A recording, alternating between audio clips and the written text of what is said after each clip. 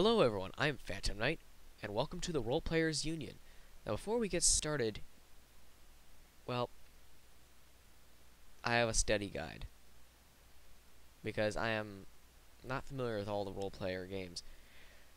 The main ones I'm familiar with are Call of War 1942, Conflict of Nations, Modern War, and New World Empires. First off, let's get right into it. The Roleplayers Union is actually an organization where people roleplay.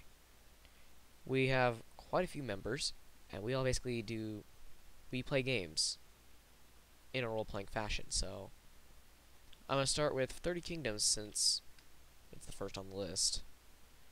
I've never played 30 Kingdoms, but I've seen that it's actually a medieval era strategy game made by Byter Labs, and it has a lot of potential for roleplay because it's medieval era. So if you're trying to make a medieval era roleplay, it looks to be, I've played it before, but it's a map of Europe and all these different clans basically controlling different locations of Europe. Like England is controlled by one clan, like family houses. It's a house, not clan. House. Houses control each little portion of Europe, and you can really use these houses to do a medieval style roleplay. So you can go, it's almost like a Game of Thrones, like they even have a Game of Thrones map. So if you really love Game of Thrones, you could do a Game of Thrones roleplay where you could play as Stark. And, the other Game of Thrones houses. Really, you can do, there's a lot of potential for the medieval era games. They're actually, though I don't play it, it is a pretty good looking game in general. Next up is New World Empires, and it is a Discovery Renaissance era strategy game. It takes place at sometime after the 30 Kingdoms time period, when just in like probably the 1400s to the 1600s, when nations are first discovering America. They have two maps right now. They have a normal map where the New World's actually accurately generated, and then they have a map where it's randomly generated, which is actually pretty neat because that's the only game so far that I've seen where they randomly generate maps. Only game so far. What you do in this though is you landlocked nations are good for warfare, and coastal nations are great for colonization. And generally what you do is you colonize a new world, and you use your colonies to fight other colonies, and you use your mainland to fight other mainland European nations, and you build a massive growing empire in the new world. And the player, I suppose, that has the biggest empire by the end of the game is the winner. But because of this, the nature of this game, it's kind of coming in a time where muskets and rifles are finally starting to come into the game, so it's no longer swords and stuff. It's great for Revolutionary War kind of scenarios, or even Napoleon. If you want to do the French conquest of Spain and the world, pretty much, the Napoleon Wars, you could do it on New World Empires pretty easily. You could also reunify the United Kingdom. You could have a, well shoot, you could almost do a Civil War scenario on that. If you colonized North USA and someone else colonized South USA, you could have a civil war. There's a lot of different potential, but it actually features an in-game newspaper. That's something I'm not sure 30 Kingdoms has, but I think 30 Kingdoms has it, but I was not sure. But the in-game newspaper actually allows for you to type up a newspaper post as if you were actually a newspaper company in your nation. So that'd be like the New York Times. You could add roleplay as the New York Times, talking about the events that happened in your kingdom and their response to world events, politics. And it's great for that because you can also announce trade deals, alliances, and it shows everyone in the game like what's going on. And most people usually use this to trash talk the public on a normal public server. But in roleplays, this is the most powerful role-playing tool there is the in-game newspaper. Because people find out what's going on in the game from that. They see, oh, England just denounced me and told me I can't be trusted. They just put a trade embargo on me. I'm going to put a trade embargo on them. And then you announce what your intentions are, and the whole world is able to react off of that. So, New World Empires has that in-game newspaper that I'm not sure 30 Kingdoms has, and that is great for roleplay. Moving on to Supremacy, it's a World War I era strategy game, so you get your Zeppelins. Good luck, Germany, with your Zeppelins. It's also made by Bytor Labs, as the last two games were, and it also features an in-game newspaper, which I believe Supremacy is one of the first games that Bytor Labs released, I believe. But because it also features an in-game newspaper, you can also talk about lands you've taken during the World War I. It's great for any roleplay starting after the 20th century started, but before World War I. So 1900 to, let's see here, just gotta throw out a number, 1925, maybe even 1930. Any roleplay that starts and ends in that range is great for Supremacy, because it doesn't have nuclear weapons, but it does have tanks, artillery, infantry, anything that really existed during World War I. It has biplanes and stuff. So it also has the in-game newspaper, as I mentioned earlier, so you can talk about a lot to the public and trash talk on normal games. And each of these games, by the way, have a different look and a different interface that make them a little more unique. So you don't have the same exact game just rebranded. It's not like that. The tech trees are completely different for each map. So each game has a very different play style to it.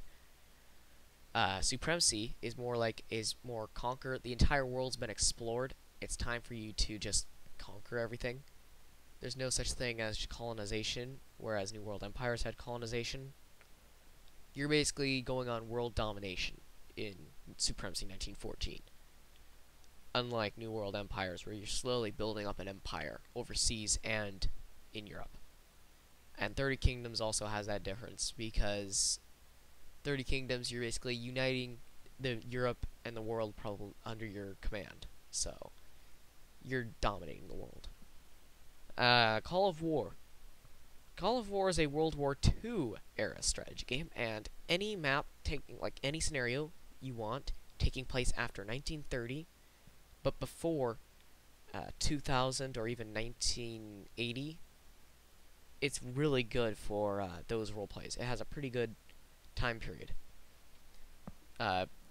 This game is the first game to have nukes. It's the earliest game you'll have nukes in.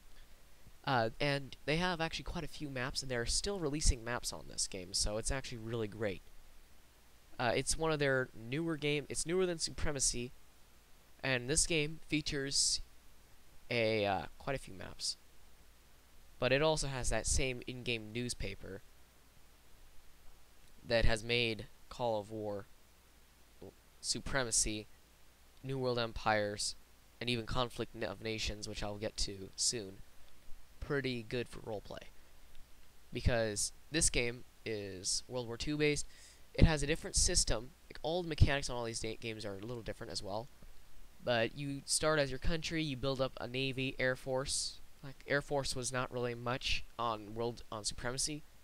This game has a larger Air Force content on this one, because Air Force became much more relevant after World War I. It has different units types, so you have more powerful artillery with range as opposed to just artillery with short range and infantry, and it works different. Overall, the games are all very different from each other. They contrast each other very nicely, and it has very good potential for Cold War roleplays, starting the early Cold War. And also, you can use it for World War II and other random scenarios that you want. So, if you want to make a scenario of a post-apocalyptic roleplay, Call of War is right now one of the best games for that. Conflict of Nations might be becoming a better game for it, though. So, we'll keep watching Conflict of Nations, but their 100-player map basically splits major countries like America into different regions, like the Northwest U.S., South U.S., the Deep South, Texas, California, and China even gets split to Tibet, nationalist, communist. Brazil split into a bunch of different countries. The large area countries are split up, and that's great because you get kind of more randomized borders starting in those countries for post-apocalyptic. Because let's be honest here, if you're playing a post-apocalyptic server, are you sure that you want to have your game, like your borders, looking just like the United States? Like, come on, nobody likes that. Okay, maybe a few people would want to be the United States in a post-apocalypse, but honestly, it's not realistic for the entire United States to have the exact same borders in that. So, the 100-player map is great for apocalypse. It's even great for it's great for different types. Like, you can do industrialization scenarios that go past World War One, II, and even into Conflict of Nations time period. Like, each game has really good roleplay scenarios and timelines for it. Call of War is 1930 to 1980s, 90s, before it really becomes not so great. And also the maps decide how good the roleplay scenarios are too. Conflict of Nations now. Conflict of Nations has actually only one map at this time because it's just entered open beta, but it's actually a really great map in general. It is 26 players, but Conflict of Nations basically starts from 1990 is a good time for starting scenarios there. It goes so good roleplay scenarios are from 1990 and onward. You can do super futuristic roleplays on that map, on that game, because it has fully expanded United States borders with Alaska, Hawaii, Puerto Rico. It has Mexico, Brazil. It even has Argentina, Algeria, Egypt, Iran, Russia, Egypt. I think I already said Egypt.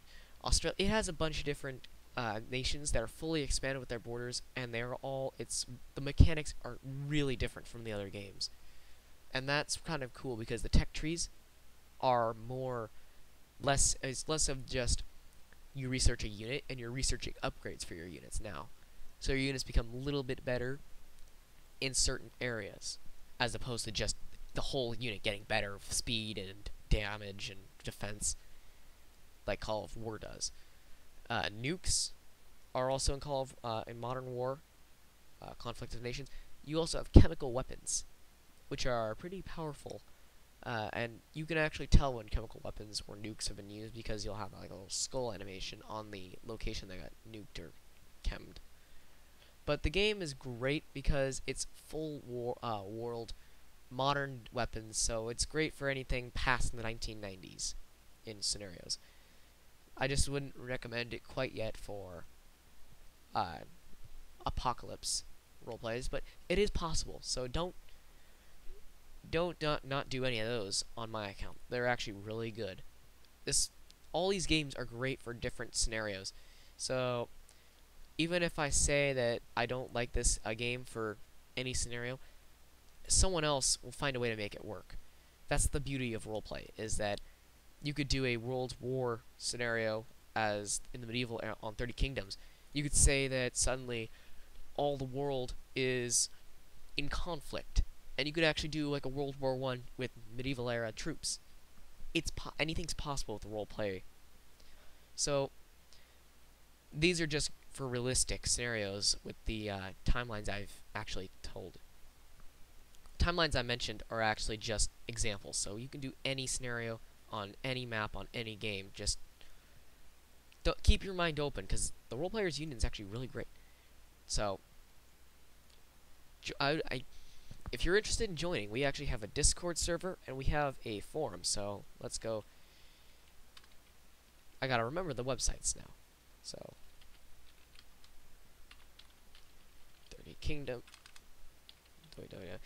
Maybe I should have had this all written out already. 30. Well, you know what? I'll be back when I have it all finished and worked out. All right. See you then.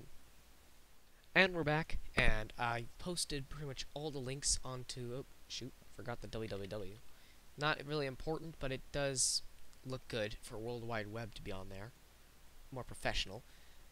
These are all the main links that we actually use. So this is a link to 30 Kingdoms, New World Empires, Supremacy 1914, Call of War, ConflictNations.com, and then this is the chat server provider that we use because it's free and it's very reliable. It's Discord, www.discordapp.com. We actually run our entire Roleplayers Union server off of that, so if you do join, we will provide you a link.